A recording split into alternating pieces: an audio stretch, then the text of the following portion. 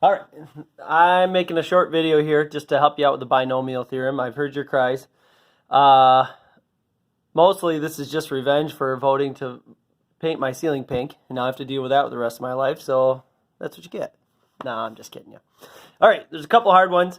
One of them has to do with when you have some negatives. So these are some example type things I saw off the Conic assignment. So let me try like x minus 3y to the third power.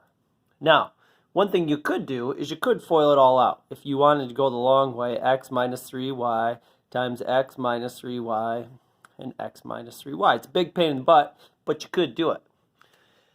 The shortcut, or quote-unquote shortcut, is to use the binomial theorem or use Pascal's triangle, and it goes like this. Pascal's triangle says row 0 looks like that, row 1 is there, row 2 has that, and row 3 is the one we're looking for. So these are the numbers that we're after, the 1, 3, 3, and 1.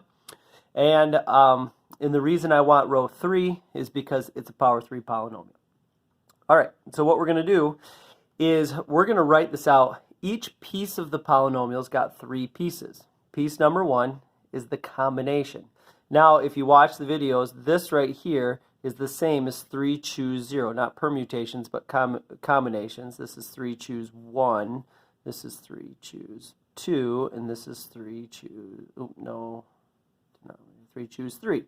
These line up with those, so Pascal's triangle is a quick way to help you find your combinations. When I go to write this out, here's what I know. When I'm done foiling, there's going to be 4 terms. I know that because each one has to match what's in Pascal's triangle. So each one has 3 pieces. First, it's going to have a combination. So the first one is got 3 choose 0, which I know is going to be 1, multiplied by x, multiplied by, now be careful, this is negative 3y. So I'm going to put them in parentheses just to keep them all separate. So there's going to be 4 pieces. It's going to have a combination, first term, and second term. Combination, first term, and second term. So let me keep it up. And we're going to add between them all. So I got the combination, which is 3 choose 1, first term, second term. We have plus 3 choose 2, first term, second term. And last one is plus 3 choose 3, first term, second term. So the first thing that you can do is just write out combination, all the combinations, or if you want to even skip that step, you could just write the numbers 1, 3, 3, and 1, because 3 choose 0 is 1, and 3 choose 1 is 3, and so on and so forth. Anyways, so the last thing that you have to do is you have to assign exponents. Go to your first term, and we're going to assign it a 3, and we're just going to count down. Power 3, go to the next x and put power 2, then power 1, then a power 0.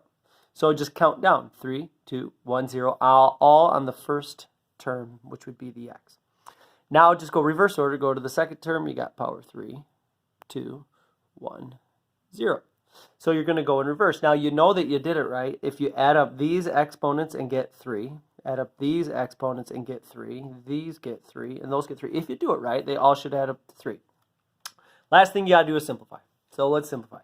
3 choose 0 is 1. So this really says 1 times x times, and then anything to the 0 power is 1. I should say x cubed, sorry.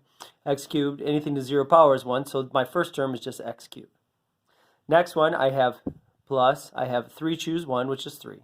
X squared is x squared. And negative 3 to y to the first power is times negative 3y. Now when I put this all together, I have a 3 and a negative 3, which makes negative 9. I have x squared, and I have y. Next one. Let's go 3 choose 3, or 3 choose 2, which I know is 3. I have x to the first power, and I have negative 3y, and it's going to be squared. So when I'm going to do this, I know that negative 3 squared is 9. 3 times 9 is 27, so plus 27. I have 1x, and I have 2 y's for y squared. Very last one, 3 choose 1 is 1. Anything to the 0 power is 1. And negative 3 to the third power is negative 27. And you got y cubed. So call it a shortcut, call it a different cut. I don't know what you call it. But it still takes a bit of time. but at least it's better than straight up FOIL, I'll tell you that. All right, the other one that was hard might be something like this, like x over 1 plus x, and let's just handle it squared, to be honest with you. Well, no, I'll go power 3 just to help you out. All right, so the first thing I would do is write out your combination. So I know there's 4 terms, 1, 3, 3, and 1. I know there's going to be an x by each one, so let's put that out. And I know there's going to be a 1 over x by each one.